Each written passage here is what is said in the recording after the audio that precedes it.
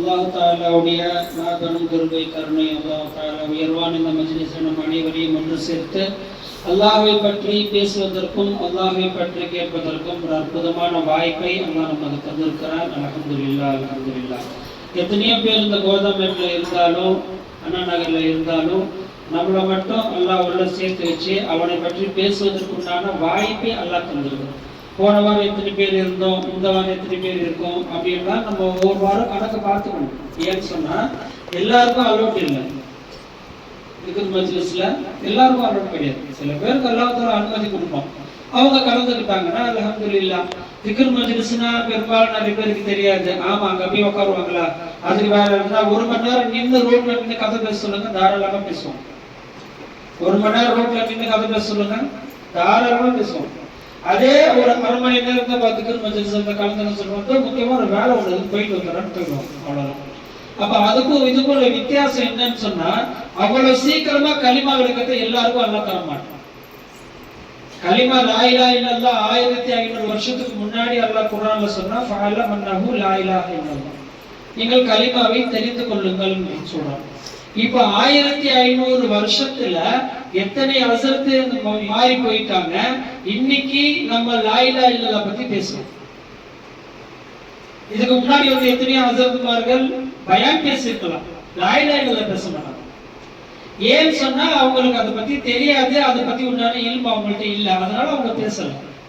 இப்ப நாம ஏன் பேசுறோம் அப்படின்னு சொன்னா, கலிமாவை பற்றி அல்லாஹ் குர்ஆன்ல சொல்லி காட்டுறாங்க. அவ்வாறு நீங்கள் கலிமாவை தெரிந்து கொண்டால் நீங்கள் வாழ்க்கையில சிரமப்படக்கூடிய சிரமங்கள் நீங்கி உங்க வாழ்க்கையில வாழ்வதற்கு வாழ்வு ரொம்ப லேசாகிவிடும், உங்களுடைய வாழ்வு சந்தோஷமாகிவிடும். அதுக்குதான் இந்த திருக்கலிமாவை கத்துக்குங்கன்னு சொல்றாங்க.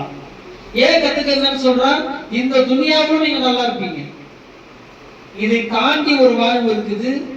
என்ன வாழ்வு? கபருடைய வாழ்வு. அதுலயும் நமக்கு என்ன வேணும்? கலிமா முக்கியமா வேணும். அதை தாண்டி ஒரு வாழ்வு இருந்து மறுமை நாள், கபர்ல இருந்து எல்லாம் எழுப்பு பண்ணுவோம். அதற்கு பிறகு ஒரு வாழ்வு இருக்குது. மறுமை நாள்ல எல்லாரும் செய்ய ஒரு இடத்துல நிற்போம், கேள்வி கணக்கு கேட்கப்படும். அதற்கு பிறகு சொர்க்கமா நரகமா என்று தீர்ப்பாகும். இப்போ இந்த ஒரு மனிதன் வாழக்கூடிய வாழ்க்கை 4. 1, தாயினுடைய வயிற்றிலே 10 மாத காலம். அந்த 10 மாத காலம் அந்த குழந்தை இருக்கும். அந்த பையன், அந்த மனிதன் நினைப்பான், அந்த குழந்தை நினைக்குமா, இதுதான் நம்முடைய உலகம். அந்த தாயினுடைய வயிறு தான் அந்த குழந்தையினுடைய உலகம்.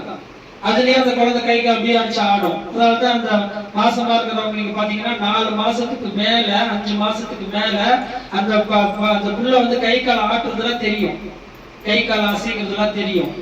ஏன் அப்படின்னா அந்த குழந்தை துள்ளி விளையாடுது அந்த தண்ணியிலேயே. இதுதான் நம்முடைய உலகம் அப்படின்னு. இந்த துன்யால வந்ததற்கு பிறகு அந்த குழந்தை என்ன செய்யறாங்க, அப்படியே பயங்கரமா அழுகுது. ஏன் அழுகுது அப்படின்னா, அந்த இடத்துல ஷைத்தான் தீண்டுறான் அந்த குழந்தை.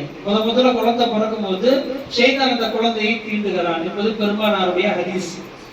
அப்ப அந்த தீண்டுறதுனாலதான் நம்ம என்ன செய்யறோம், அந்த குழந்தைக்கு பாங்க சொல்லுவோம். வலது காதுல பாங்க சொல்லுங்க, இடது காதுல இக்காமத் சொல்லுங்க. ஏன் சொல்றாங்கன்னா, குழந்தைய முதல்ல வெளியே வந்தோம்னா ஷைத்தான் தீண்டுறான். அந்த குழந்தையை விட்டும் ஷைத்தான் விரண்டோட வேண்டும். இரண்டாவதாக, உலகத்துல முதல்ல குழந்தை பிறந்த உடனே அந்த குழந்தைய காதுல பாங்க உடனே சொல்லிடணும். 40வது நாள் சொல்றது கிடையாது. ஏன் பிறந்த உடனே சொல்லணும்? உலக பேச்சுக்கள் அந்த குழந்தையினுடைய காதில் விழுவதற்கு முன்னால் அந்த குழந்தையினுடைய காதுல முதல் வார்த்தையாக கேட்கப்பட வேண்டிய வார்த்தை, முதல் வார்த்தை என்னது? அல்லாஹு அக்பர். அல்லாஹ் தான் பெரியவன். நீ பிறந்திருக்கிற இந்த துன்யா பெரியது இல்ல. யார் தான் பெரியவன்? அல்லாஹ் தான் பெரியவன். நீ இந்த உலகத்துல வாழக்கூடிய வீடோ, நீ சம்பாதிக்கக்கூடிய சம்பாத்தியமோ, நீ வாங்கக்கூடிய வண்டிகளோ, நீ சம்பாதிக்கக்கூடிய சொத்துக்களோ இந்த உலகத்துல பெருசு இல்ல. மாறாக இந்த துன்யாவுல அல்லாஹ் தான் பெரியவன். அல்லாஹ் அக்பர், அல்லாஹ் அக்பர் 4 தடவை முதல்ல அல்லாஹ் அந்த குழந்தையினுடைய வலது காதுல சொல்றாங்களே. எதனால சொல்றாங்க? அந்த குழந்தைக்கு முதல்ல உணர்த்துறாங்க, நீ இந்த துன்யாவை பார்த்து ஏமாந்துறாத, அல்லாஹ் தான் பெரியவனா இருக்கிறான். எனவே அந்த அல்லாஹ்வுக்கு கட்டுப்படு என்று சொல்லி கடைசியில் அது பார்க்க முடிக்கும் போது லா இலாஹ இல்லல்லாஹ் கொண்டு வந்தா பாருங்க, பார்க்கலாம் என்ன கொண்டு வந்தா, லா இலாஹ இல்லல்லாஹ் கொண்டு வந்தா பாருங்க. கடைசியில் என்ன அர்த்தம்? இந்த உலகத்துல அல்லாஹ் தான்ப்பா இலாஹு, உன் தேவையை பூர்த்தி செய்யக்கூடியவன் அல்லாஹ் தான். எனவே உனக்கு ஒரு தேவை வந்தவரும் நீ அல்லாஹ் கிட்ட கேளு. எப்படி கேக்குறது? லா இலாஹ இல்லல்லாஹ் சொல்லிடு, அந்த தேவை உனக்கு நிறைவேறும். எப்படி நிறைவேறும்? நீ சொன்ன அனுபவிச்சு பார்த்துக்கோ. இப்ப யாருக்காவது நம்ம சொல்லி நீங்க லா இலாஹ இல்லல்லாஹ் சொல்லுங்க உங்க தேவை நிறைவேறும் அப்படின்னா புதுசா கேட்கிறவங்களுக்கு ஒரு ஆச்சரியத்தை தரலாம். என்னப்பா லா இலாஹ இல்லல்லாஹ் சொன்னா தேவை நிறைவேறுமா அப்படின்னு ஒரு ஆச்சரியம் இருக்கலாம். ஆனால் நிதர்சனமான உண்மை என்னன்னு சொன்னா கலிமா சொன்னா நிச்சயமா கிடைக்கும். அதுதான் உண்மை. இப்ப அந்த பையன் சொன்னானா இல்லையா, எங்க அப்பா ஆட்டோ எடுத்துட்டாரு, லா இலாஹ இல்லல்லாஹ் சொல்லி ஆட்டோ எடுத்தாரு, கரெக்டா அவன் வண்டி போயிட்டே இருந்து கொஞ்சம் தான் கேஸ் இருந்துச்சு, கரெக்டா பெட்ரோல் பங்க்ல போய் நின்றுச்சு. ஏன் இப்ப அதே லா இலாஹ இல்லல்லாஹ் நீ சொல்லாம எடுத்திருந்தா அதே மாதிரி ஆட்டோ ஓடும், பெட்ரோல் பங்க்ல நிக்காது. பெட்ரோல் பங்க் 1 கிலோமீட்டர் தூரத்துல இருக்குது, 1/2 கிலோமீட்டர் தூரத்துல இருந்து அங்க போய் நின்றோம். இப்ப உன் தேவை எப்படி அல்லாஹ் பூர்த்தி செய்யறான்? நீ கலிமா சொன்னதுனால நான் தான் உன்னுடைய இலாஹ், உன் தேவையை பூர்த்தி செய்யக்கூடியவன் நான் தான் என்று சொல்லி அல்லாஹ் என்ன செய்யறான்? உனக்கு சிரமம் தராம கொண்டு வந்து கரெக்டா அந்த பங்க்ல போய் நிக்க வச்சவன் யாரு? அல்லாஹ் தான். ஏன் நிக்க வச்சா? காரணம் என்ன? நீ கலிமா சொன்னதுனால அல்லாஹ் உன்னை காப்பாத்தலாம். அதே மாதிரி அந்த கலிமாவுக்கு ஒரு மதிப்பு அல்லாஹ் கொடுக்குறான். என்ன மதிப்பு? நீ கலிமா லா இலாஹ இல்லல்லாஹ் சொன்ன, உன்னை சிரமத்துல இருந்து அல்லாஹ் காப்பாத்திட்டான். இதே பெட்ரோல் பங்க் அல்லாத ஒரு 1/2 கிலோமீட்டர் தூரத்துல நின்றுச்சு, யாராவது கை காட்டணும், இல்லது நம்ம போய் என்ன செய்யணும், பைக்ல போய் பெட்ரோல் வாங்கிட்டு வரணும், அல்லது யாராவது டோக் பண்ணிட்டு போகணும், இப்படி பல சிரமங்கள் இருக்குது. இந்த எந்த சிரமமும் வராம உன்னை சலாமத்தா கொண்டு போய் அந்த இடத்துல கரெக்டா பெட்ரோல் பங்க் போய் நின்னுச்சு. அங்க போனதுக்கு பிறகு திருப்பி அந்த கேஸ் ஏத்திட்டு அங்கதான் சலாமத்தா போயிடுச்சு. இவருக்கு சிரமம் இல்ல பாருங்க. அதனாலதான் சொல்றோம், நீங்க வீட்டை விட்டு புறப்படும் போதும் சரி, அல்லது உங்களுக்கு ஒரு சிரமமான நேரங்கள் வரும்போது லா இலாஹ இல்லல்லாஹ் சொல்லிடுங்க. இன்னொரு கேள்வி, லா இலாஹ இல்லல்லாஹ் சொன்னா நீங்குமா நீங்காதா அப்படின்ற சந்தேகத்தோட சொல்லக்கூடாது. கலிமா பரிபூர்ணமானது. அந்த கலிமாவை நீங்க சொன்னீங்க, எந்த நோக்கத்துல சொல்றீங்களோ அந்த நோக்கம் கண்டிப்பா நிறைவேறும். ஆனா அந்த கலிமாவை ஹராமுக்கு பயன்படுத்தக்கூடாது. எனக்கு சினிமா டிக்கெட் கிடைக்கல, லா இலாஹ இல்லல்லாஹ் அப்படி சொல்லலாமா? சொல்லக்கூடாது. அதுக்காக அதை பயன்படுத்தக்கூடாது. ஹராமான ஒரு பொருள் சாப்பிட போறீங்க, அதுக்காக லா இலாஹ இல்லல்லாஹ் சொல்லக்கூடாது, அல்லாஹ் வருத்தப்படுவான். இப்ப நம்ம ஏன் இந்த கலிமாவை கொண்டு வரோம் அப்படின்னா, கலிமா தெரியாதனால யார் யாரோ என்னென்னமோ நம்பி உட்கார்ந்துருக்காங்க. இன்னைக்கு நிறைய பேர் பெண்கள் எல்லாம் பாருங்க, சீட்டு நம்பி உட்கார்ந்துருப்பாங்க. இந்த சீட்டு ஏற சீட்டு நம்பி உட்கார்ந்துருக்காங்களா, அதுல சீட்டு போட்டாதான் உண்டு, அதுல ஏற விடுவாங்க. உதாரணமா 30,000 ரூபாய் சீட்டு போடுறாங்கன்னா அதுல ஏற எடுத்தா கொஞ்சம் மிஞ்சிப்பா உங்களுக்கு 25,000 கிடைக்கலாம், அல்லது 20,000 ரூபாய் கிடைக்கலாம். ஆனா கட்டுறது 30,000 ரூபாய். இவ்வளவு கஷ்டப்படுறாங்க. ஏன்னு சொன்னா அந்த காசை வாங்கிதான் இந்த காரியத்தை செய்யணும் அப்படின்ற அவங்க மனசுல ஆழமா பதிஞ்சிருச்சு. எது பதியல? இந்த கலிமா அவங்கள்ட்ட இல்ல. அதனால எதையோ பிடிச்சிட்டு உட்காந்துருக்காங்க. அப்ப அல்லாஹ் என்ன சொல்றான்? நீ ஏன் ஏற சீட்டு அந்த சீட்டு இந்த சீட்டு உட்காந்துக்கிற? நீ கலிமா லா இலாஹ இல்லல்லாஹ் சொல்ற, உனக்கு என்ன தேவையோ நான் இருக்கிறேன். அல்லாஹ் என்ன சொல்றான்? அல்லாஹு ஸமத் அப்படி அல்லாஹ் சொல்றான். அப்படின்னா என்ன அர்த்தம்? அல்லாஹ் தேவையற்றவன், அல்லாஹ் தேவையற்றவன் தான். அப்படின்னா என்ன அர்த்தம்? நீ தேவை உடையவன் அர்த்தம். மனிதனா பிறந்த உலகத்துல எல்லாருமே யார் தான்? தேவை உடையவன். மனிதனுக்கு ஒரு நிமிஷம் விடாம காலையில தூங்கி எந்திரிச்சதுல இருந்து அவன் தூங்குற வரையும் அந்த மனிதனுக்கு தேவை இருந்துகிட்டே இருக்குது. அதனால அல்லாஹ் என்ன சொல்றான்? நீ கலிமா லா இலாஹ இல்லல்லாஹ் சொல்லிக்கிட்டே இரு. அதனாலதான் இமாம்கள் சூஃபியாக்கள் சொல்லி கொடுப்பாங்க, நீ காலையில ஃபஜர் தொழுதியா, ஃபஜர் தொழுத உடனே உட்கார்ந்து 100 தடவை லா இலாஹ இல்லல்லாஹ் திக்ர் செய்யுங்க. அப்படி 100 தடவை நீங்க திக்ர் செஞ்சிட்டீங்க, உங்களுடைய தேவைகள் என்னெல்லாம் இருக்குது எல்லாத்தையும் அல்லாஹ் கரெக்டா சரி பண்ணிக்கிட்டே வருவான். எப்ப நீங்க கலிமாவை திக்ர் செய்யாம இருக்கிறீங்களோ அன்னைக்கு உங்களுக்கு நல்லா தெரியும், அன்னைக்கு உங்களுக்கு சிரமத்தை நீங்க மாட்டிப்பீங்க. இன்னைக்கு நிறைய பேர் ஏன் சிரமத்துல மாட்டிக்கிட்டு இருக்காங்க தெரியுமா? எனக்கு இந்த பிரச்சனை, குடும்பத்துல இந்த பிரச்சனை, எனக்கு இந்த மாதிரியான பிரச்சனைகளை, கடன் பிரச்சனை, எனக்கு பக்கத்து வீட்டு பிரச்சனை, அல்லது அண்ணன் தம்பி பிரச்சனை, சொத்து பிரச்சனை, இவ்வளவு பிரச்சனை ஏன் அல்லாஹ் மாத்த வச்சான்னு சொன்னா எதையோ புடிச்சு உட்கார்ந்துருக்காங்க. இது இவற்றை போனா இந்த காரியம் நடக்கும், அவர்கிட்ட போனா இந்த காரியம் நடக்கும். அப்ப அல்லாஹ் எதுக்கு படைச்ச? அல்லாஹ் எதுக்கு படைச்ச? அல்லாஹ்வை விட்டுட்டு நீ யாரையோ புடிச்சு உட்கார்ந்துருக்கீங்க. கைருல்லாஹ்க்கு பில்தாத் நாஃபி அல்லாஹ் சமஜ்னே से बचना. அப்படின்னா என்ன? கைருல்லாஹ் அதாவது அல்லாஹ் அல்லாத எந்த விஷயமே உனக்கு லாபமோ நஷ்டமோ ஒருபோதும் உங்களுக்கு தரவே தராது. இப்ப நேத்து ஒரு செய்தி கர்நாடகாலயோ எங்கேயோ ஒரு ஃபேமிலி, அநேகமா நீங்க வாட்ஸ்அப்ல பார்த்திருக்கலாம், தர்பூசணி சாப்பிட்டு இருக்காங்க. பிரியாணி சாப்பிட்டுட்டு ஒரு ஃபேமிலி, கணவன் மனைவி 2 பிள்ளைங்க தர்பூசணி சாப்பிட்டுக்கிறாங்க. சாப்பிட்ட உடனே அந்த 4 பேர் மௌத். இப்ப நீங்க சொல்லுங்க, என்னைக்காச்சும் நம்ம வாழ்நாள்ல தர்பூசணி சாப்பிட்டு மௌத்தா பண்ணல எதிரி பார்த்துருக்கீங்களா? இல்ல, யாரும் பார்த்தது இல்ல. அப்போ நம்ம என்ன நினைக்கிறோம், தர்பூசணி இந்த வெயில் காலத்துல நல்லது அப்படின்னு நம்ம நினைக்கிறோம். நல்லதுதான். வாட்டர் மெலன் உடம்புக்கு தண்ணீருடைய சத்து உடையது, உடம்புக்கு ரொம்ப நல்லதுதான். ஆனா இப்ப அந்த நல்லதுன்னு நினைச்ச நம்ம அது எப்படி உனக்கு விஷமா மாறி போச்சு? விஷமா மாத்துறதுதான் யாரு? அங்கதான் நீங்க கவனிக்கணும். நாம இந்த உடனே நாம நினைச்சோட அவங்க இனிமேல் யாரும் தர்பூசணி சாப்பிடக்கூடாது என்ற அர்த்தம் அல்ல. எந்த தர்பூசணியிலும் விஷம் கிடையாது. புரிஞ்சா? அல்லாஹ் ஒரு மனிதனை இந்த உலகத்தை விட்டு எடுக்க நாடினால் ஹலாலான ஒன்றிலேயே அல்லாஹ் என்ன செஞ்சிருவான்? விஷத்தன்மை தந்துருவான்.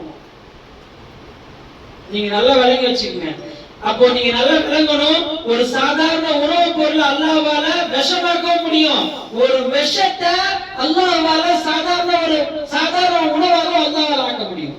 உமர் நாயகத்துல வர்றாங்க, ஒரு ரோம் நாட்டில இருந்து 4 அன்பளிப்பு கொண்டு வராங்க. ஒரு அடிமை பெண், அழகான ஒரு அடிமை பெண். 2வது ஒரு அத்தர் பாக்கல். 3வது விஷம் கலந்த 2 பயங்கரமான பாய்சன் அவங்க நாட்டுக்கு கொடுத்த உமர் எல்லாம் அன்பளிப்பா வருது. ஒரு சஹாபியை கூப்பிட்டாங்க, இந்த அடிமை பெண்ணை நீ வச்சுக்கோ, நீ கல்யாணம் முடிச்சுக்கோ, அமுச்சு விட்டாங்க. பாருங்க, அந்த பெண்ணை அவங்க வச்சுக்கலாமா இல்லையா? உமர் வச்சுக்கலாம். ஆனா அவங்க அதை ஆசைப்படல. ஒரு சஹாபியை கூப்பிட்டாங்க, அந்த பெண்ணுக்கு இந்த பெண்ணை நீங்க வச்சுக்க, திருமணம் முடிச்சுக்கலாம், அமுச்சு விட்டாங்க. 2வது அந்த அத்தர் பாட்டில் இருந்துச்சு, இன்னொரு சஹாபியை கூப்பிட்டாங்க, அத்தர் பாசல் நீங்க புசிங்கன்றாங்க. 3வது விஷ பாட்டில் கையில இருக்கு, அதை எடுத்தாங்க. ஒரே ஒரு டிராப்ட் போட்டு குடிச்சா அவுட், ஒரு டிராப்ட். ஆனா அந்த விஷ பாத்திரம் எடுத்து கட கட கடன்னு குடிச்சிட்டாங்க. என்னது பாலா பாயாசமா என்ன குடிச்சாங்க அவங்க? ஒரு பாட்டில் விஷத்தை அப்படியே குடிச்சாங்க. என்ன சொல்லி குடிச்சாங்க தெரியுமா? என் நப்சு தான் எனக்கு எதிரி, என் நப்சு தான் எனக்கு எதிரி. இன்னைக்கு நம்ம ஆளுங்களுக்கு எல்லாம் முக்காவாசி நப்சு தான் உட்கார்ந்து இருக்குது. மகரிப்ல ஃபுல்லா சீரியல், இஷா பாங்க கேக்குறது இல்ல, அசருடைய பாங்க கேக்குறது இல்ல, மகரிபுடைய பாங்க கேக்குறது இல்ல. எங்களுக்கு சீரியல் இருக்கு, அங்க நாங்க நாடகத்தை பார்த்துட்டே எங்க வாழ்க்கையெல்லாம் ஓட்டிடுவோம். எப்ப தொழுவ நீ? நாளைக்கு கபர்ல கொண்டு போய் வச்சோம்னா அப்ப தொழுவிய நீ? அப்ப தொழ முடியுமா உன்னால? எதை பார்த்து கொண்டு வரணுமோ? அப்ப விஷ பாட்டில குடிச்சாங்க, நப்ச கட்டிட்டு நாம வந்துட்டு இருக்கிறோம். ஆனா உமர் நாயக் என்ன செஞ்சாங்க தெரியுமா? அந்த விஷ பாட்டில முழுசா என் நப்சு தான் எனக்கு எதிரின்னு சொல்லி அந்த விஷ பாட்டில அப்படியே குடிச்சாங்க. கொண்டு வந்த கொடுத்த நபர் ஒரு நிமிஷம் ஸ்தம்பிச்சு போய் நின்றார். என்னடா இது விஷ பாட்டில எப்படி குடிக்கிறாங்க? ஒரு சின்ன அசைய கூட அவங்களுக்கு வரவே இல்லை உமர் நாயக். இப்போ அவ்வளவு பெரிய விஷம் உமர் நாயகத்தை ஒண்ணுமே செய்யலையே. ஏன் சொன்னா அவங்க நினைச்சாங்க, அல்லாஹ் கிட்ட அவங்க சொன்னாங்க, இந்த விஷம் இருக்குதே, இந்த விஷம் சுயமா அந்த விஷத்துக்கு லாபமோ நஷ்டமோ இன்பமோ துன்பமோ இல்ல. அல்லாஹ் தான் அந்த விஷத்துல என்ன வச்சிருக்கான்? பாய்சனை வச்சிருக்கான். அல்லாஹ் நினைச்சா இந்த விஷத்துல பாய்சனை எடுத்துருவாங்க. அல்லாஹ் கையில இருக்குது, அந்த விஷத்துல இல்ல. நாம என்ன நினைக்கிறோம்? அந்த விஷத்துல நினைக்கிறோம். விஷத்துல இல்லவே இல்ல. மருந்து மாத்திரை வாங்கிட்டு வரீங்க, இந்த மாத்திரை சாப்பிட்டா இந்த ஜுரம் சரியாயிடும், இந்த டானிக்கு குடிச்சா இருமல் நின்றும் என்று நீங்க ஒருபோதும் நினைக்காதீங்க. எடுத்துட்டு வாங்க, அந்த மருந்து குடிக்கும் போது அல்லாஹ் கிட்ட சொல்லுங்க, யா அல்லாஹ் இது வெறும் மாத்திரை. ஆனா அந்த மாத்திரைக்கு எங்க உஸ்தாத் சொல்லுவாங்க, ஏ மாத்திரை நீ ஏமாத்துற, நீ ஏமாத்துற அப்படின்னு அர்த்தம். மாத்திரை போடுறாங்க ஜுரம் நிக்கலையே, மாத்திரை போடுறாங்க வயிறு வலி நிக்கலையே, மாத்திரை போடுறாங்க பள்ளி வலி நிக்கலையே. அப்ப அந்த மாத்திரை என்ன? அந்த மாத்திரை உனக்கு ஷிஃபா தருவதல்ல, மாறாக அல்லாஹ் தான் ஷிஃபா தருபவன். அல்லாஹ் தான் இருமலை நிறுத்தக்கூடியவனா இருக்கிறானே தவிர சுயமாக அந்த இருமல் மாத்திரைக்கோ இருமல் டானிக்கோ அவங்க தரக்கூடிய மாத்திரைக்கோ சுயமா ஏதாவது ஒரு சக்தி இருக்கா என்றால் நிச்சயமா இல்லை. அததான் இந்த கலிமா சொல்லி தருது. இந்த உலகத்துல லாபம் நஷ்டம் இன்பம் துன்பம் தருபவன் அல்லாஹ் தான். அல்லாஹ்வை தவிர வேற யாரும் இல்லை. எனவே கலிமா லா இலாஹ இல்லல்லாஹ் விளங்கிக்கீங்க. யார் யாரையும் புழுங்க பிடிக்காதீங்க. இதுவரை நீங்க தவறா விளங்கி இருந்தீங்களா, அது அல்லாஹ் அஸ்தக்ஃபிருல்லாஹ் தௌபா சொல்லுங்க. அல்லாஹ் இதுவரை நான் தெரியாம நான் அந்த மாதிரி புழங்கிட்டேன், இவரை கொண்டு இந்த வேலை நடக்கும், அவரை கொண்டு இந்த வேலை நடக்கும் என்று நான் ஒரு காலத்தில் வாழ்ந்தேன். ஆனா இப்போ நம்ம வாழ்க்கை எப்படி மாத்திக்கணும்? என்னுடைய வாழ்வு அல்லாஹ்வை கொண்டுதான். என் வாழ்வு எதை கொண்டுதான்? அல்லாஹ்வை கொண்டுதான். எனவே அந்த அல்லாஹ் இருக்கிறானே அவன் தான் என் தேவையை பூர்த்தி செய்வானே தவிர என் தேவையை யாரும் பூர்த்தி செய்ய முடியாது. உங்களுக்கு வீடு இல்லையா, அல்லாஹ்ட்ட கேளுங்க. உங்களுக்கு வாடகை வீட்டுல இருக்கீங்களா, எங்க சொந்த, இந்த காலத்துல சொந்த வீடு வாங்க முடியுமா? சில பேர் ஏன் அல்லாஹ் மேல நம்பிக்கை இல்லையா உனக்கு? ஏன் உன்னால சொந்த வீடு வாங்க முடியாதா? எத்தனையோ பேர் ஏழையா இருந்தவங்க, குடிசை வீட்டுல இருந்தவங்க சொந்த வீட்டுக்கு போயிட்டாங்க. அதுக்கு என்ன சொல்ற? அப்ப என்ன அர்த்தம் அப்படின்னா, வாங்க முடியாதுன்னு நீ அல்லாஹ் மேல தவக்குல நம்பிக்கையை இழந்துறாத. லா தக்னது மின் ரஹ்மத்தில்லாஹ், அல்லாஹ் குர்ஆன்ல சொல்லி காட்டுறான். லா தக்னது மின் ரஹ்மத்தில்லாஹ், அல்லாஹ்வுடைய ரஹ்மத்திலிருந்து நீ நிராசையாகி விடாதே. அல்லாஹ்வுடைய ரஹ்மத் உனக்கு இருக்கும்போது ஏன் பயப்படுற? சாரா ஜஹாக மாலிகம, சர்வலோக சக்கரவர்த்தி யாரு? அல்லாஹ் தானே. அந்த அல்லாஹ் விட்டுட்டு யார் யாரையோ புடிச்சுக்கிட்டு இங்க இஎம்ஐ கட்டிக்கிட்டு அங்க இஎம்ஐ கட்டிக்கிட்டு, இப்படி கட்டினா பிளாட் வாங்கிடலாம், இப்படி பண்ணா வீடு கட்டிடலாம், இப்படி கட்டினா பிளாட் வாங்கலாம், வீடு கட்டலாம் தான். ஆனா நம்பிக்கை அல்லாஹ் மேல இல்லையே. நம்பிக்கை அல்லாஹ் மேல இருக்குது இல்லையே. இந்த ஃபர்ஸ்ட் அமௌண்ட் கொடுத்துட்டு மாசம் மாசம் இஎம்ஐ கட்டிக்கலாம் அப்படின்னு சில பேர். உனக்கு என்ன அல்லாஹ் மேல நம்பிக்கை இருக்குது? பெருமானார் சொன்னாங்க, ஒரு முஃமின் வீடு கட்டுவான் அல்லாஹ்வை கொண்டு கட்டுவான். காஃபிர்கள் வீடு கட்டுவார்கள், அவன் காசு பணத்தை வச்சு வீடு கட்டுவான். முஸ்லிம் வீடு கட்டுவான், எப்படி கட்டுவான் தெரியுமா? அல்லாஹ்வை கொண்டு கட்டுவான். அப்படின்னா என்ன அர்த்தம்? முழுசா தவக்குல் அல்லாஹ் மேல, கையில 10 பைசா இல்ல, போய் ஒரு செங்கல் வைங்க பிஸ்மில்லாஹ்னு எப்படி அல்லாஹ் காசு கொடுக்குறான் நீங்க பாருங்க. தவக்குல் அல்லாஹ் மேல வந்துருச்சா இல்லையா? இன்னைக்கு அந்த நம்பிக்கை அல்லாஹ் மேல இல்ல. அல்லாஹ் மேல எந்த ரெஸ்பான்ஸுமே இல்ல. தொழுகையில கவனம் இல்ல, அல்லாஹ் மேல கவனம் இல்ல, ரசூலுல்லாஹ் மேல கவனம் இல்ல. அப்ப இந்த உலகத்துல வாழக்கூடிய நாம தவக்குல் முழுக்க முழுக்க அல்லாஹ்வை முன்னோக்கி இருக்கணுமே தவிர, இன்னைக்கு நம்முடைய கவனம் முழுக்க அல்லாஹ்வை பின்னோக்கி தான் இருக்கு. அல்லாஹ் முன்னோக்கி இல்லவே இல்லை. அப்ப நீங்க இந்த விஷயத்த கவனிக்கணும். அப்ப கலிமா லா இலாஹா இல்லல்லாஹ் ஏன் இந்த வீடு வர வேண்டிய அவசியம் என்ன இருக்கு? இதுவரையும் அண்ணா நகர்ல 2வது வீடு இருக்கு. ஒரு வருஷத்துல அண்ணா நகர்ல 2வது வீடு இருக்கு. நீங்க கவனிச்சுக்கணும். 365 நாள்ல எத்தனையோ வாரங்கள் போயிருச்சு. இப்பதான் முதல்ல ஒரு வருஷத்துக்கு பிறகு இந்த வீட்டுக்கு வரேன்னு சொன்னா கலிமா ஒவ்வொன்னா வர ஆரம்பிச்சிருக்கு. ஏன் இந்த கலிமா வந்துச்சு? ஏதோ திக்ர் மஸ்ஜித் போன வாரம் நடத்துனாங்க, அதோட எங்க வீட்டுல முசீபத்து போயிடுச்சு, திருப்பி நாங்க பழைய மாதிரி டிவி பார்க்கறதுக்கும் பழைய மாதிரி நாங்க இருந்துருவோம் என்று இருந்தால் இந்த திக்ர் மஸ்ஜித் வச்சு எந்த பிரயோஜனமும் கிடையாது. நம்ம வாழ்க்கையில மாற்றம் ஒன்று வேண்டும். என்ன தெரியுமா? காலத்துக்கும் நான் தொழுவ மாட்டேன், காலத்துக்கும் டிவி பார்த்துக்கிட்டே இருப்பேன், காலத்துக்கும் செய்வேன், எங்க வேலை என்னவோ அதுதான் நாங்க பார்ப்போம் என்று இருந்து விட்டால் நாளை கபருக்கு போகும்போது நம்ம என்ன பதில் சொல்வோம் என்பதுதான் அடுத்த கேள்வி. எனவே அல்லாஹ் என்ன சொல்லி காட்டுறான்? உங்களை நீங்க மாத்திக்கீங்க, உங்களை நீங்க மாத்திக்கீங்க, உங்களை மாற்றிக்கொண்டு உங்களுடைய செயல்பாட்டுல மாத்திக்கீங்க. இதுவரை நீங்க அல்லாஹ்க்கு மாற்றமா நடந்தீங்களா? இனிமேல் உங்களோட வாழ்க்கையை மாத்திக்கீங்க. எப்படி மாத்திக்கீங்க? 5 வேளை தொழுவ ஆரம்பிச்சிருங்க.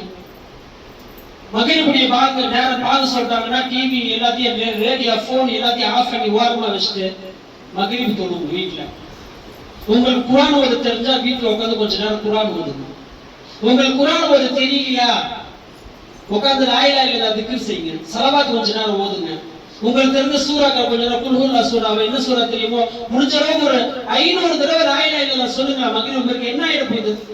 காலத்துக்கும் தொழுவது இல்ல, காலத்துக்கும் நம்ம என்ன செய்யறது இல்ல, மார்க்கத்தை பின்பற்றுறது இல்ல, அல்லாஹ் ரசூல் கட்டுப்பட்டுறது இல்லைன்னு சொன்னா அல்லாஹ்க்கு நம்ம மேல வருத்தம் வருமா வராதா? நிச்சயமா அல்லாஹ் நம்ம மேல வருத்தப்படுவோம். எனவே நம்முடைய வாழ்க்கையை நம்ம மாத்திக்கணும்.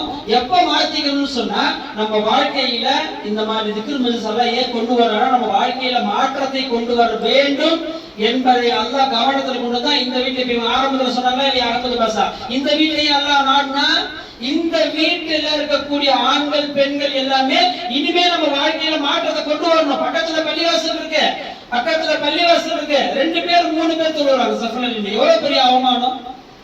இங்க பக்கத்துல சர்ச் இருக்கு, இங்க பாருங்க, ஞாயிற்றுக்கிழமை பாருங்க, வெக்கமா இருக்கு. முஸ்லிம்கள் எல்லாம் வெக்கப்படணும், தலைமுடியும். அவ்வளவு பேரு கிறிஸ்டியன் சர்ச்சில் உட்காந்துக்கிட்ட ஆண்கள் பெண்கள் முதல் கொண்டு உட்காந்து அழுவுறாங்க. எங்க உட்காந்துக்கிட்டு? சர்ச்சில் உட்காந்து அழுவுறாங்க. முஸ்லிமுக்கு வெக்கம் இல்ல, மானம் இல்ல. பாங்க சொல்றாங்களே, அல்லாஹ் அக்பர் பாங்க சொல்றாங்களே மகரிப் நேரத்துல டிவி போட்டு உட்கார்ந்து கொஞ்சமாச்சு அல்லாஹ்வுடைய பயம் வேணுமே என்ற கொஞ்சமாச்சு அச்சம் கலந்துறதுன்னா இல்லவே இல்லையே.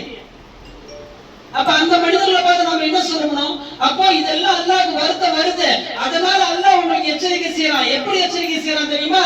திக்ர் மஜ்லிஸ்னு கொண்டு வந்து உங்க வீட்டுல வச்சு அவன் தான் உங்களுக்கு சொல்றான். அவன்தான் நீங்க நினைச்சிட்டு இருக்கீங்க ஹஸ்ரத் பேசுறாரு, ஹஸ்ரத் பேச முடியவே முடியாது. ஏன்? பேச்சுக்கு சொந்தக்காரன் அல்லாஹ் தான். 7 தன்மை அல்லாஹ்வுக்கு சொந்தமானது. அதுல வந்து ஒன்று என்ன சொன்னா பேச்சு. இப்ப நான் கேட்கிறேன், பேச்சு எங்க இருந்து வருது? எங்க இருந்து பேச்சு வருது? நாக்குல இருந்து பேச்சு வருதா? உள்நாக்குல இருந்து பேச்சு வருதா? இல்ல எங்க இருந்து அந்த பேச்சு வருது? எங்கேயுமே அந்த பேச்சை கண்டுபிடிக்க முடியாது. அப்ப எப்படி அந்த பேச்சு அல்லாஹ் வெளிப்படுத்துறா? யார் பேச வைக்கிறா? அங்கதான் நீங்க கவனிக்கணும். பேச வைப்பவன் அல்லாஹ்வை தவிர யாருமே இல்லை. இப்ப நான் என்ன நினைச்சிட்டு இருக்கிறோம்? நான் பார்க்கிறேன், நீங்க பார்க்கவே இல்லை. நான் கேட்கிறேன், நீங்க கேட்கவே இல்லை. நான் நினைக்கிறேன், நீங்க நினைக்கவே இல்லை. நான் பேசுகிறேன், நீங்கள் பேசவே இல்லை. அப்ப பார்க்க வைப்பவன் அல்லாஹ், கேட்க வைப்பவன் அல்லாஹ். இந்த கேட்கக்கூடிய தன்மை தந்தவன் யாரு? அல்லாஹ்வை தவிர யாரும் இல்லை. அப்ப இதெல்லாம் நீங்க கவனத்துல கொள்ளணும். இதெல்லாம் தான் திக்ரு. இந்த திக்ர் எல்லாம் நீங்க சுயமா செய்யணும். அப்ப இனிமேல் வரக்கூடிய எந்த தேவையாக இருந்தாலும் நாம் என்ன செய்யணும்? லா இலாஹ இல்லல்லாஹ் சொல்லணும். இந்த ஒரு மஜ்லிஸோட முடிச்சிட்டு போறது இல்ல. கலிமா 1700 வருஷத்துக்கு முன்னாடி லா இலாஹ இல்லல்லாஹ் சொன்னாங்க.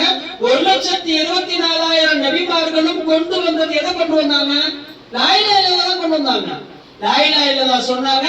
இரண்டாவது சுப செய்தி, ஒவ்வொரு நபியும் என்ன சொன்னாங்கன்னா, கடைசியில ஒரு தூதர் வருவார், அவங்க தான் சையதுனா முஹம்மது ரசூலுல்லாஹி ஸல்லல்லாஹு அலைஹி வஸல்லம். ஒரு தூதர் வருவாங்க. எனவே எல்லாரும் லா இலாஹ இல்லல்லாஹ் சொல்லுங்க. திருக்கலிமாவை ஒவ்வொரு நபியும் 1,24,000 நபிமார்களும் அந்த கலிமாவை தான் கொண்டு வந்தாங்க. இந்த உலகத்துல இருக்கிற ஒட்டுமொத்தமா அடங்கி இருக்கிற எல்லா வழிமார்களுமே கலிமாவை தான் கொண்டு வந்தாங்க. இந்த சைதாபாட் அடங்கி இருக்கிறாங்க பக்கீஷா பாபா, அவங்க என்ன கொண்டு வந்தாங்க? லா இலாஹ இல்லல்லாஹ் கொண்டு வந்தாங்க. அதை மக்களுக்கு எடுத்து சொன்னாங்க. இன்னைக்கு ஆபாதா அங்க பக்கீஷா போய் தர்கா போய் பாருங்க, எவ்வளவு ஆபாதா இருக்குது, எவ்வளவு சிறப்பா இருக்குது. காஷ்மீர்ல பாபா அடங்கிருக்காங்க, எவ்வளவு சிறப்பா இருக்குது. நாகூர்ல எஜமா அடங்கிருக்காங்க, எவ்வளவு சிறப்பா இருக்குது. அஜ்மீர்ல எப்படி இருக்குது? எல்லாம் ஒரே கூட்டம், அற்புதமா அவங்க சுத்தி கூட இருந்துகிட்டே இருக்குது. ஏன்? அவங்க இந்த உலகத்துல வாழும்போது லா இலாஹ இல்லல்லாஹ், லா இலாஹ இல்லல்லாஹ் மக்களுக்கு எடுத்து சொல்லிக்கிட்டே இருந்தாங்க. வாழ்க்கை ஃபுல்லா லா இலாஹ இல்லல்லாஹ் வந்து அடங்கி இருக்கிற ஒவ்வொரு வழிமார்களுமே சும்மா சாதாரணமா அந்த தர்கா உருவாக்கப்பட்டு இன்னைக்கு சொல்றாங்க வஹாபிகள் என்ன சொல்றாங்க? தர்கா வச்சு சம்பாதிக்கிறாங்க. மூதேவிக்கு அவங்க ஒண்ணும் தெரியல. என்ன தர்கா வச்சு சம்பாதிக்கணும்? இன்னைக்கு வச்சு தர்கா கஸ்மூர் பாபா எத்தனை வருஷமா அடங்கி இருக்கிறாங்க. எஜமா நாகூர் எஜமா எத்தனை வருஷமா உருசு கொண்டாடுறாங்களே? 600 வருஷம் முடிஞ்சு போச்சு. எங்க நாகூர்ல 600 வருஷம் முடிஞ்சு போச்சு. இன்னைக்கு கொண்டாடுறாங்களே. ஏன் கொண்டாடுறாங்க? என்ன கொண்டு வந்தாங்க? லா இலாஹ இல்லல்லாஹ். அந்த கலிமாக்கு அல்லாஹ் இன்னைக்கு வரையும் மரியாதை செய்யறான். 600 வருஷம் முடிஞ்சு போச்சு அவங்க வாழ்ந்து. ஆனா இன்னைக்கு வரையும் அல்லாஹ் அவங்களுக்கு மரியாதை செய்யறான். காரணம் ஒண்ணே ஒண்ணு, திருக்கலிமாவை கொண்டு வாழ்ந்தாங்க. அதே மாதிரிதான் நான் இந்த வீட்டுக்காரங்க சொல்லிக்கிறேன். அதே மாதிரி மஹல்லா மக்களுக்கும் சொல்லிக்கிறேன். இந்த ஒரு திக்ர் மஜ்லிஸோட முடிக்கிறது இல்ல, மாசம் திக்ர் மஜ்லிஸ் நம்ம ஏற்பாடு செய்யணும். உங்களுக்கு தெரிஞ்ச எல்லா ஆம்பளை பொம்பளை எல்லாத்தையும் நீங்க வர வைக்கணும். பசங்களுக்கு இருக்கிறதுல பெரிய விஷயம் இல்ல. இங்க பக்கத்துல சுத்தி எத்தனை ஆம்பளைங்க இருக்கிறாங்க, இந்த வீட்டுல உள்ள ஆண்கள் அவங்க பத்திரிக்கை வச்சு கூப்பிட்டா எப்படி கூப்பிடுவீங்க? அந்த மாதிரி அழைப்பு கூப்பிடணும். உங்க வீட்டுல ஒரு கல்யாணம் வச்சிருக்கீங்க, எப்படி கூப்பிடுவீங்க? சும்மா சாதாரண போன் பண்ணி சொன்னா வந்துருவாங்களா கல்யாணத்துக்கு? வீடு தேடி போய் சொல்வீங்க. அந்த மாதிரி உங்களுக்கு தெரிஞ்ச ஆண்கள் பெண்கள் எல்லாம் உள்ள உட்கார வச்சுக்கீங்க. ஆண்கள் இங்க ஹால்ல இருக்கட்டும். எல்லாம் லா இலாஹ இல்லல்லாஹ் தெரிஞ்சுக்கீங்க. எப்ப தெரிய போறோம்? காலகாலமா வாழ்ந்து முடிஞ்சாச்சு. எப்படி வாழ்க்கை வாழ்வதோ கொஞ்ச காலங்கள். இந்த வாழ்க்கை முடிஞ்சிருச்சுன்னா இன்னொரு வாழ்க்கை இல்லை. ஒரு தடவை தான் ஹயாத், ஒரு தடவை தான் மௌத், அவ்வளவுதான். அல்லாஹ் குர்ஆன்ல சொல்லி காட்டுறான், ஃபைதா ஜா அஜலுஹும், உங்களுடைய தவணை வந்து விட்டால் லா யஸ்தகிருன ஸாஅத்தன் வ லா யஸ்தக்திமூன், ஒரு வினாடி முந்தாது ஒரு வினாடி பிந்தாது. எனக்கு கொஞ்சம் வேலை இருக்குது என்று சொன்னா மலக்குமாரங்க விட மாட்டாங்க. உருவா வாங்கிட்டு போய்கிட்டே இருப்பாங்க. முடிச்சா மலக்குமாரங்க சொல்லி பார்க்கலாம், எனக்கு கொஞ்சம் வேலை இருக்குது அதை முடிச்சுட்டு வரேன் சொல்லி பார்க்கலாம். முடிப்பவனால அதுக்கு தகுதி நம்மளுக்கு சொல்றதுக்கு இல்லையே. அப்ப நாளைக்கு அந்த மலக்குள் மௌத் வந்துட்டாங்கன்னு சொன்னா நாளைக்கு அல்லாஹ் நம்ம என்ன பதில் சொல்ல போறோம் என்பதுதான் கேள்வி. எனவே இப்படிப்பட்ட உயர்வான திக்ர் மஜ்லிஸ் நாம் எல்லாரும் என்ன செய்யணும்? தொடர்ந்து மஜ்லிஸ் வைக்கணும், கலிமாவை தெரிஞ்சுக்கணும், வாழ்க்கையில மாற்றங்களை கொண்டு வரணும். வாழக்கூடிய வாழ்க்கை அல்லாஹ் ரசூலுக்காக இருக்கும். யார் யாருக்காகவோ, என்னுடைய மனைவிக்காக நான் இந்த வாழ்க்கையை வாழ்றேன், என் பிள்ளைகளுக்காக வாழ்க்கை வாழ்றேன், அதெல்லாம் என்னமோ உண்மைதான். ஆனால் அதெல்லாம் தாண்டி ஒரு வாழ்க்கை இருக்கு. என்ன வாழ்க்கை? யாருக்காக வாழக்கூடிய வாழ்க்கை? அல்லாஹ்வுக்காக வாழக்கூடிய வாழ்க்கை. அல்லாஹ் குர்ஆன்ல சொல்லி காட்டுறான், வல்லாஹு அஷத்து ஹுப்பல் லில்லாஹ். நீங்க நேசிங்க, ஆனா அல்லாஹ்வை அதிகமா நேசிங்க. உங்க மனைவியை நேசிக்காதன்னு அல்லாஹ் சொல்லல, உங்க பிள்ளைகளை நேசிக்காத என்று அல்லாஹ் சொல்லல.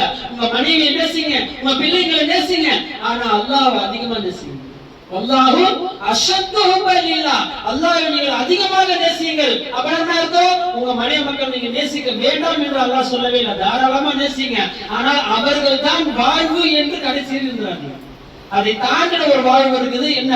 அல்லாஹ் ரசூலுக்காக வாழ்வது. எனவே அந்த வாழ்க்கையை வாழ்வதற்காகத்தான் இப்படிப்பட்ட சிறப்பான மஜ்லிஸ்கள் வைக்கப்படுகிறது. நீங்கள் இருக்கக்கூடிய ஒவ்வொருத்தருமே இன்ஷா அல்லாஹ் என்ன செய்யணும்? ஒவ்வொரு வாரம் ஒவ்வொரு நாளும் ஐவேளை தொழக்கூடியவர்களாக, அல்லாஹ் ரசூல் கட்டுப்படக்கூடியவர்களாக, உண்மை முஃமின்களாக, முஸ்லிம்களாக அல்லாஹ் நம் அனைவரையும் ஆக்கி அருள் புரிவானாக. அல்ஹம்துலில்லாஹி ரப்பில் ஆலமீன். எல்லாரும் திக்ர் செய்வோம்.